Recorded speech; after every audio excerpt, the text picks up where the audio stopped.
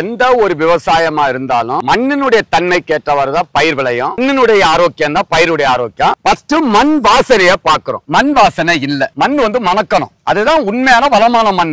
ஏன்னா நீங்க மேல் மண்ணை ரிமூவ் பண்ணி, அதனால மண்ணுல வாசனை இல்ல. இது சுண்ணாம்பு மண் வகையை சார்ந்தது. களித்தன்மையும் இருக்கு. ரெண்டாவது மண்ணுல இரும்பு சத்து அதிகமா இருக்கு. மூணாவது மண்ணுல பிசு பிசுப்பு இருக்கு. தண்ணியும் வாங்கி வைக்கிற தன்மை இந்த மண்ணுல இருக்கு. அப்ப இது ஓரளவு வறட்சியையும் தாங்கி வளரும். எல்லாத்துக்கும் மேல கரிம பொருள் கம்மி. கரிம பொருள் சொல்ல குப்பைச்சாணி, அதான் நம்ம பலதானிய பயிர் போட சொல்றோம். இந்த டவுன் கம்போஸ்ட கூட நீங்க எங்க தோட்டத்தை அடிக்கலாம். இல்லாட்டி இது உங்களுக்கு கிடைக்கலையா, கவலைப்பட வேணாம். எரிச்ச சாம்பல் அதை விதைங்க, உழுது விட்டு அந்த பலதானிய பயிர் போட்டேன்னு சொன்னா மண்ணு எல்லாமே பொல பொலப்பாயிரும்.